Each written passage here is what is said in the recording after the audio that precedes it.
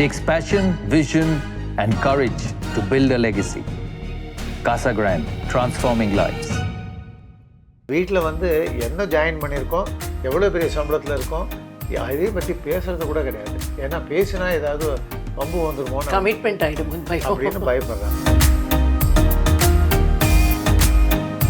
தன்னையும் மதிக்காத, பெற்றோரையும் மதிக்க தெரியாத சமூகம் இருக்கு. அது வந்து ஒரு வியாதி. முதல் பெண்ணுக்கு என்ன பண்ணேன், ஒரு 2 கோடிக்கு பண்ணியா, இதுக்கு எந்த குறைவும் இல்லாத எனக்கு பண்ணணும் அப்படின்னு மூஞ்சியை டைட்டாக வச்சுட்டு உட்காந்தா நீ என்ன பண்ண முடியும்?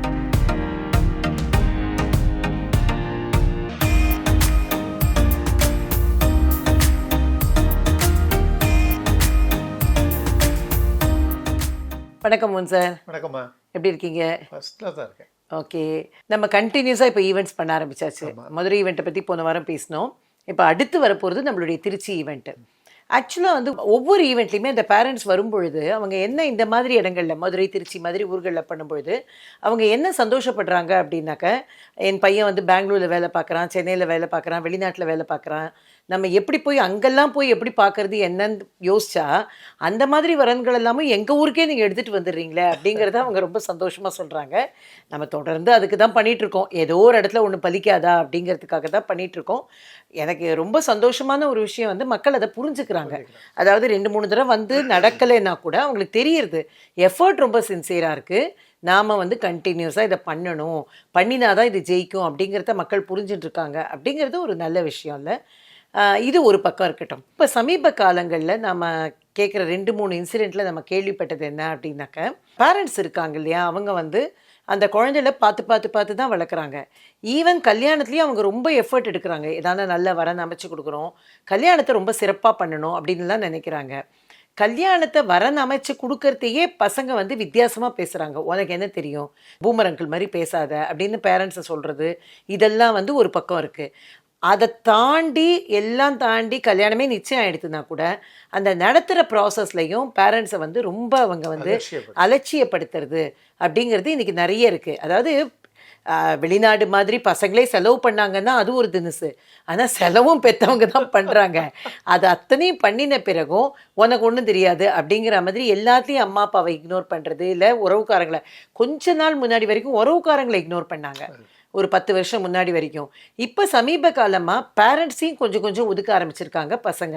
இந்த போக்கு வந்து சரியானது இல்லை. இதுக்கு என்ன மாற்று இருக்குது? நீங்கள் முதல்ல சொன்ன சப்ஜெக்ட், அதாவது அந்தந்த ஊரில் போய் பண்ணும்போது பெண்ணோ பையனோ எந்த நாட்டில், எந்த வீட்டில், எந்த கண்ட்ரியினுடைய எந்த கார்னரில் இருந்தாலும் அவங்கள கொண்டு வந்து எங்கள் முன்னாடி நிறுத்தி எங்களுக்கான தேடுதலை எளிது பண்ணியிருக்கீங்களே அப்படிங்கிறது ஒரு நல்ல சப்ஜெக்ட். ஆக்சுவலாக இதுக்கு தான் கல்யாண மாலை மாதிரி நல்ல சின்சியரான ஃப்ரேம் போகணும். ஆக்சுவலாக ஏதோ நீங்கள் பதிவு பண்ணியிருக்கீங்க, பார்த்துங்க, நீங்களே கல்யாணம் பண்ணீங்க, அது மாதிரி மேட்ரிமோனி இருக்குது, இல்லைன்னு சொல்ல முடியாது. ஆனால் நீங்கள் தேடுறதுனுடைய இம்பார்ட்டன்ஸ் எங்களுக்கு புரியுது அப்படின்னு சொல்லிட்டு நம்ம போய் உட்காரோம் பாருங்கள். அந்த கெப்பாசிட்டி, கல்யாண மாலைக்கு உள்ள கெப்பாசிட்டி, கல்யாண மாலைக்கு உள்ள அக்கறை வந்து வெரி டிஃப்ரெண்ட். அதனால தான் ஜனங்க வந்து அலையாக வராங்க. அவங்க வரும்போதே அவங்க என்ன நினைக்கிறாங்கன்னா, சரி கிடச்சி போச்சு நமக்கு வரன் அப்படின்னு நினைக்கிறாங்க. சரி 1-2 கிடைக்கலன்னா எப்படியாவது முயற்சி பண்ணால் இவங்கள்ட்ட நல்ல வரன் கிடைக்கும் அப்படின்னு ஒரு நம்பிக்கையை ஏற்படுத்திட்டு வராங்க. பையனும் பொண்ணும் எங்கே இருக்கிறாங்க, நம்ம வந்து எடுத்து கொடுக்க அந்த மேட்சை பார்த்துக்கிட்டே வராங்க. அதில் 10 எடுக்கிறோன்னா அதில் 4 இவங்களுக்கு பொருந்தி போயிடுது. 4ல் 1 தான் வேணும். எப்படி இருந்தாலும் என்ன தான் தலைகீழ்னாலும் நம்ம 1 தான் தேட போகிறோம். அந்த நிம்மதி ஒன்று இருக்கும். ஸோ அதை ஷார்ட் லிஸ்ட் பண்ணிவிட்டு 3 பண்ணுவாங்க, 2 பண்ணுவாங்க, இந்த 1 பேசுவாங்க, கல்யாணம் நடந்துடும். இது வந்து கல்யாண மாலை பண்ணக்கூடிய ஒரு வித்தை. அது வித்தைன்னு சொல்கிறத விட விந்தை. அது ஆக்சுவலாக எப்படின்னா அவங்களுக்கு என்ன வேணும்னு தெரிஞ்சுக்கிட்டு ஒரு சர்வீஸை உள்ளே கொண்டு வரது வந்து உண்மையிலேயே அதுக்கு வந்து கெப்பாசிட்டி வேணும். இன்னொன்று வந்து கரெக்ட் பிளானிங் அண்ட் எக்ஸிக்யூஷன். இதை வச்சு தான் நம்ம இது பண்ண முடியும். அவங்க வரும்போது என்ன பண்ணுறாங்கன்னா, கல்யாண மாலையை வந்து ஒரு கம்பெனி, அது வந்து ஒரு கார்ப்பரேட் அப்படின்னு நம்பாமல் கல்யாண மாலை வந்து நம்ம குடும்பம் அப்படின்னு நினச்சிட்டு உள்ளே வராங்க. அதுக்கான மரியாதையை நம்ம கேஷுவலாக கொடுக்குறோம். நம்ம அது ஒன்றும் பெருசாக பேசக்கூட இல்லை. ஒவ்வொரு ஹால்லையும் நம்ம பப்ளிக்கை அட்ரஸ் பண்ணும்போது எப்படியும் ஓப்பனிங்கில் நம்ம அட்ரஸ் பண்ணுறோம் இல்லையா, அப்போ என்ன சொல்கிறோம், அவங்க பேரில் உள்ள அக்கறையை அங்கே வந்து திணிக்கிறோம். ஆக்சுவலாக எப்படின்னா, என்னை விட்டால் உனக்கு நல்லது பார்த்து கொடுக்கறதுக்கு ஆளே கிடையாதுங்கிற அளவில் அவங்களுக்கு நம்பிக்கையை விதைக்கிறோம். அந்த நம்பிக்கை தான் இன்றைக்கி வந்து இவ்வளோ பேரை கல்யாண மாலைக்குள்ள அழைச்சிட்டு வந்துட்டேன். இல்லை, இப்போ நான் நடுவில் ஒரு கேள்வி கேட்டேன் உங்களுக்கு. அதாவது சப்ஜெக்ட் பேசும்பொழுது உங்கள்கிட்ட கேட்ட கேள்வி வந்து 2 போர்ஷனாக கேட்டேன். நம்பர் 1 போர்ஷன் வந்து வரன் தேடு, இப்போ நீங்கள் 10 கொடுக்குறேன் அதுலேருந்து 4 பொருத்தமாக இருக்குங்கிறீங்களோ, இந்த மாதிரி ப்ராசஸ் நடக்கும் பொழுதே பெற்றவங்களுக்கு ஒன்றுமே தெரியாது அப்படிங்கிறத அலட்சியப்படுத்துறதுங்கிற கொஞ்சம் போக்கு இன்றைக்கி பசங்களுக்கு இருக்குது. 2வது அதை தாண்டி ஜெயிச்சு அவங்க கல்யாணத்தையும் நிச்சயம் பண்ணிட்டாங்கன்னா கூட அந்த கல்யாணம் நடக்கிற அந்த ப்ராசஸுக்குள்ள என்ன பண்ணலாம், என்ன பண்ணக்கூடாது, யாரை கூப்பிடலாம், யாரை கூப்பிடக்கூடாது, எல்லாத்துலேயும் இந்த பசங்க வந்து அவங்களுடைய ஆளுமை ரொம்ப பெருசாக இருக்குது. அம்மா அப்பாவுக்கு இருக்கிறது ஒரே பையன் ஒரே பொண்ணு, அவங்களும் தங்க ஆசையை இதில் நிறைவேற்றிக்கிட்டுமே அப்படிங்கிற எண்ணம் இல்லாமல் அவங்கள வந்து ரொம்ப கொஞ்சம் பல இடங்களில் அவங்கள அவமானப்படுத்துறது அப்படிங்கிறது இருக்குது. இதுதான் நம்ம இந்த போக்குக்கு என்ன பண்ணுறதுன்னு தான் கேட்டேன். இந்த போக்கு காலத்தின் போக்கு. இதில் வந்து பெருசாக நம்ம உள்ளே பூந்து ரிப்பேர் பண்ண முடியுமா தெரியாது. ஏன்னா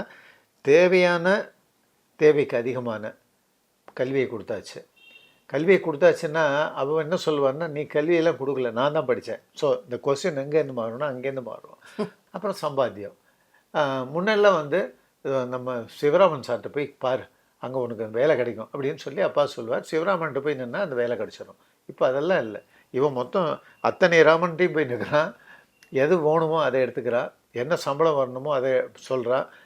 வீட்டில் வந்து என்ன ஜாயின் பண்ணியிருக்கோம், எவ்வளோ பெரிய சம்பளத்தில் இருக்கோம், அதே பற்றி பேசுறது கூட கிடையாது. ஏன்னா பேசினா ஏதாவது வம்பு வந்துடுமோ, கமிட்மெண்ட் ஆகிடும் அப்படின்னு பயப்படுறான்.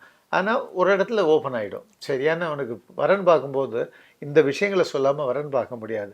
அந்த கமிட்மெண்ட்டுக்காக போனால் போகுதுன்னு அப்பா அம்மாட்ட சொல்ல வேண்டிய ஒரு சூழ்நிலை. நான் வந்து இதை ஜெனரலைஸ் பண்ணல. இதில் வந்து நல்ல போக்கில் உள்ள குழந்தைங்க நிறைய பேர் இருக்காங்க.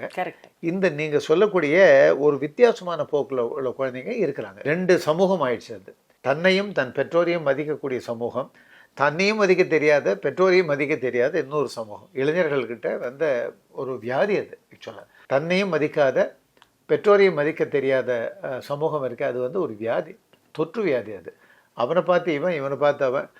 நான் வீட்டிலலாம் போய் எந்த விஷயமும் சொல்ல மாட்டேன். அது என்ன அவங்களுக்கெல்லாம் ஓல்டு, கம்ப்ளீட்டாக ஒன்றுமே தெரியாது, ஓல்டு ஸ்கூல் அப்படின்னு. அந்த ஸ்கூல் தான் ஏன் உன்னை இவ்வளோ பெரிய காலேஜில் கொண்டு நிறுத்தினதுங்கிறத பற்றி மறந்துடுறது. அது ஸோ கல்யாணத்தும் போது தேடும்போது என்ன பண்ணுறாங்கன்னா, என் விருப்பத்துக்கு தேடிக்கிறேன், இது என்னோடய லைஃபு, உன்னோட லைஃப் தான் ஏன், பட் நானும் உன்னோட தானே வாழ்ந்தாகணும், என்னை கொண்டு போய் எங்கே வைக்க போகிறேன் அப்படின்னு ஒரு கேள்வி என் மனசுக்குள்ளே வரும். நான் உன்னோட இருக்கவே வேண்டான்னு தீர்மானம் பண்ணுவேன் அந்த நிமிஷத்தில். அதே சமயம் என்னை விட்டு எங்கே போக போகிறேன் அப்படின்னு அந்த ஒரு ஆங்ஸைட்டியும் அதுக்குள்ளே வந்து முளைக்கும். இல்லைன்னு சொல்ல முடியாது. அதுக்கு வந்து விடையோ இல்லை அதுக்கு மாற்றோ தெரியல. ஆக்சுவலாக நம்ம இப்போ சொல்லலாம்னா கூட அதுக்கு ஒரு மாற்று தெரியல. 2வதாக நீங்கள் சொல்கிறது வந்து பர்ஃபார்மன்ஸ் ஆஃப் மேரேஜ். ரைட், வரன்லாம் அமைஞ்சாச்சு, பர்ஃபார்மன்ஸ் ஷெடியூல் போடும்போது நம்ம நார்மலாக என்ன பண்ணுவோம், யாரை கூப்பிடணும், right, relative circle square, friend circle square, அப்பாவுக்கு வேண்டியவங்க அம்மாவுக்கு வேண்டியவங்க, அதை தவிர உனக்கு வேண்டியவங்க பெண்ணுக்கு வேண்டியவங்க, இப்படி தான் வந்து ஒரு பெரிய ஸ்கொயர் ஒன்று ரெடி பண்ணுறோம்.